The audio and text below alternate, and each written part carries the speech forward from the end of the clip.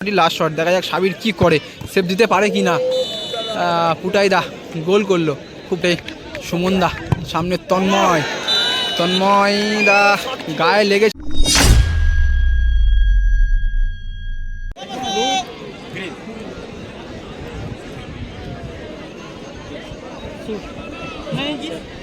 Toss জিতে shoot নেওয়ার সিদ্ধান্ত নিল সোনারপুর আমরা কজন। এদিকে রয়েছে সোনারপুর আমরা কজন।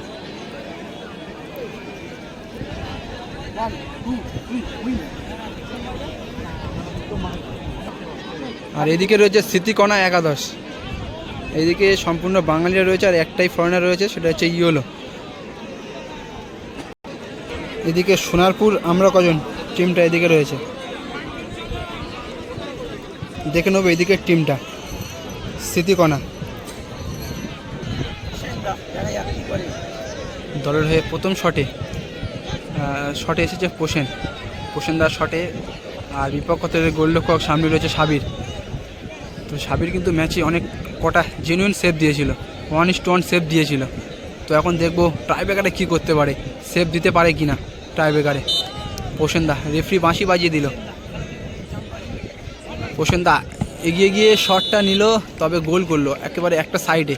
কিপার একদিকে এবং পোষেনদা একদিকে শটটা রাখলো, খুব ভালো গোল করলো প্রথম শটে।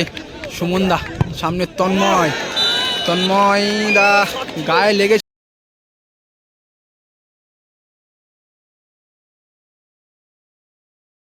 ছিল তবে পাওয়ার ছিল বলে হয়তো সাইড থেকে বলটা দাগ লাইন অতিক্রম করলো এবং গোল হলো। এরা ভাগ্যটা ভালো ছিল সুমনদা, যার ফলে গোলটা হলো। এবারে গোলকিপার তন্ময়দাই শটটা নিচ্ছে এবং সামনে রয়েছে গোলকিপার সাবির। কি হয় দেখা যাক। তন্ময়দার শট, নাইস শট, খুব পাওয়ারে শটটা রেখেছিল, খুব ভালো গোল করলো। সম্ভবত নেটটা ছিঁড়ে গিয়েছে ওখানে। 2 নম্বর শটে আসছে মোস্তাকদা, আর 2 নম্বর শট নিচ্ছে। শট মারতে এসেছি দলের হয়ে দ্বিতীয় শটটা। 2 নম্বর শটে দেখতে পাচ্ছি আমরা মুস্তাক, যে স্ট্রাইকার পজিশন খেলছিল মুস্তাক, এখন নেবে দলের হয়ে 2 নম্বর শট। আর এখানে লবদা কিছু বলার জন্য গিয়েছে ওখানে তন্ময়দার।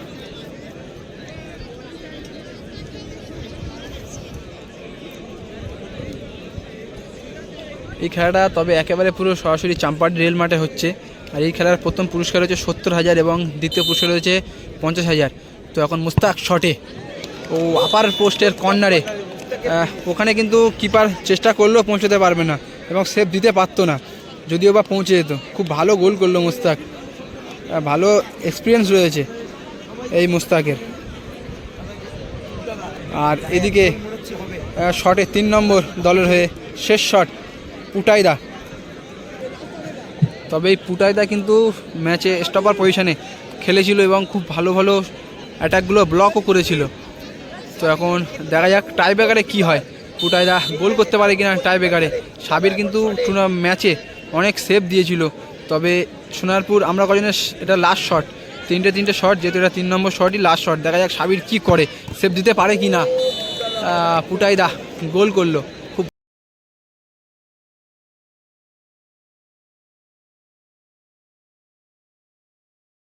ভালো গোল করলো দলের হয়ে 3 নম্বর শট, অর্থাৎ এই শটটা হবে শেষ শট। শেষ শটে কে আসবে দেখা যাক। শেষ শটে অবশেষে আনারুল আসছে। আনারুল এখন নেবে দলের হয়ে 3 নম্বর শট, অর্থাৎ এই শটটাই শেষ শট। 3 নম্বর শটে শেষ শট। এই শটটা যদি আনারুল গোল করে তবে কিন্তু খেলা সমতায় থাকবে। আর যদি সেভ হয়ে যায়, যদি একেবারে সেভ করে দেয় তন্ময়দা, তবে কিন্তু ওই খেলায় জয়লাভ করবে সোনারপুর আমরা কজন এবং পৌঁছে যাবে সেমিফাইনালে। যেহেতু এটা 8 টিমের নকআউট ফুটবল টুর্নামেন্ট। তো এখন দেখা যাক কি হয় এই শটটা। আনারুল সামনে তন্ময়, আর প্রাইস খেলার 70 এবং 50। একেবারে এই শটটাই বলে দেবে কি হবে আনারুলের শটটা। দেখা যাক।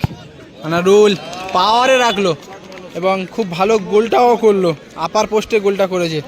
তিনটে শট হয়েছে, সিদ্ধান্তে রয়েছে তিনটে শটের পরেই টচ। তো এবারে দেখে নেবো একেবারে